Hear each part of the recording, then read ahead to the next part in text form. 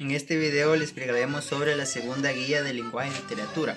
Como contenido tenemos el informe, finalidad, características, lenguaje y estilo. En actividad 1 tenemos: imagina que al regresar a clase tu docente te pide un informe sobre las actividades escolares que realizabas en tu casa.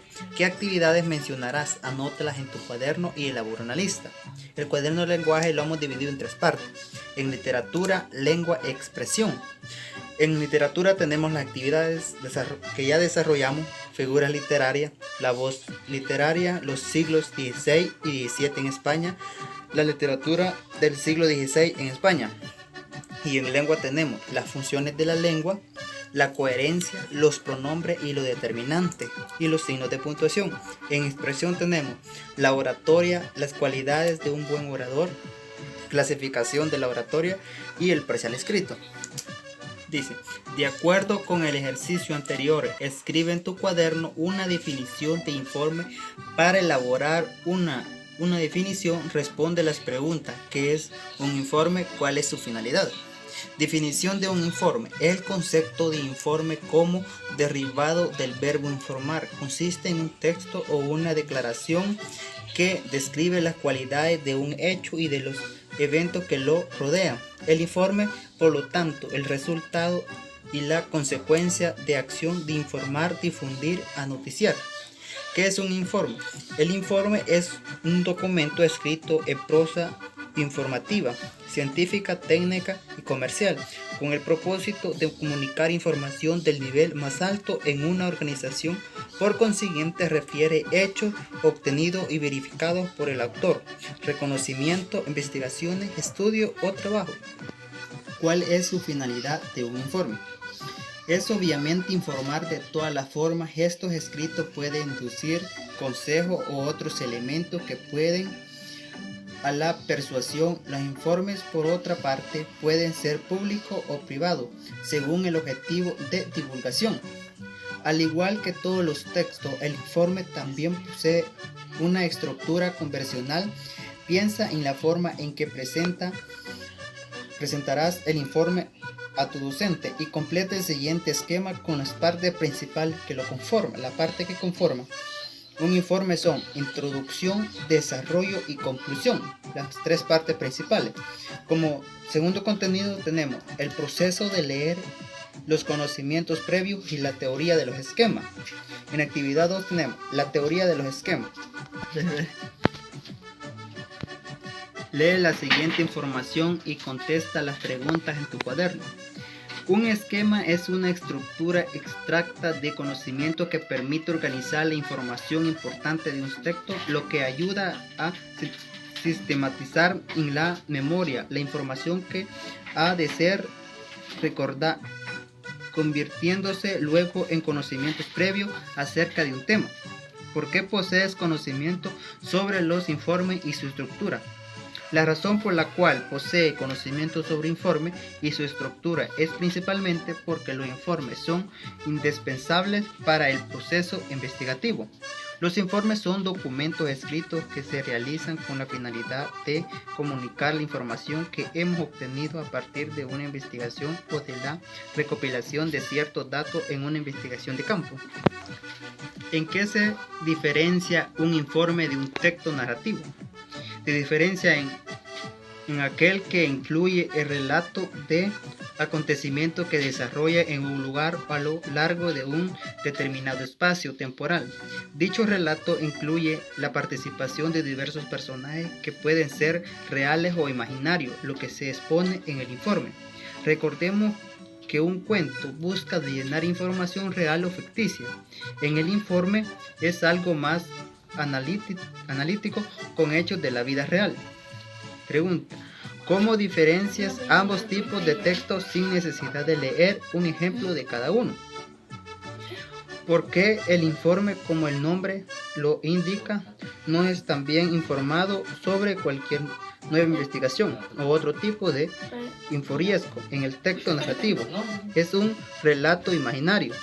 Existen además diferentes tipos de esquemas organizadores gráficos que se pueden utilizar para sistematizar la información de lo que se lee o escucha. Entre ellos están los mapas mentales. Concepto de mapa mental.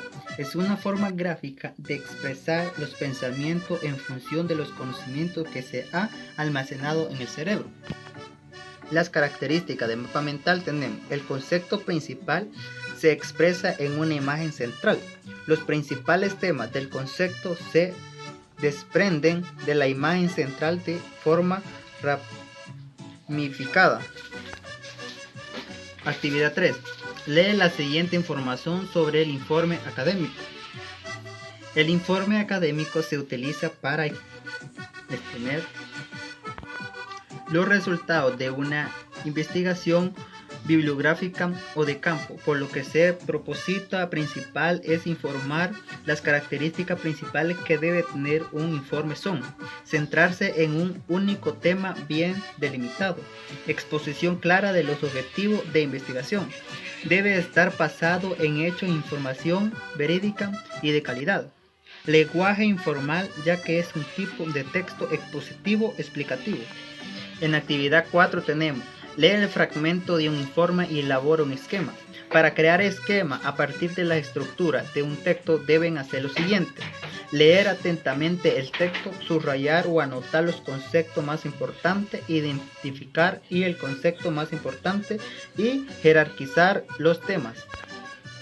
Y volvemos a la actividad 4, donde dice: lee el fragmento de un informe y elabora un esquema.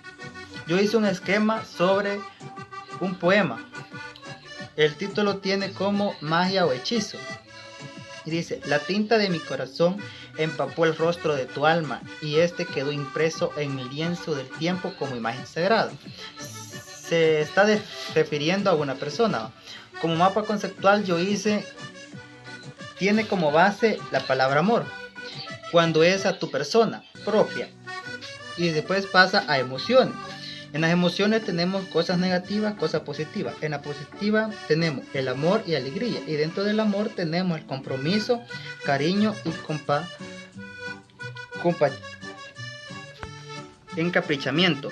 Y en alegría tenemos satisfacción, dicha y orgullo.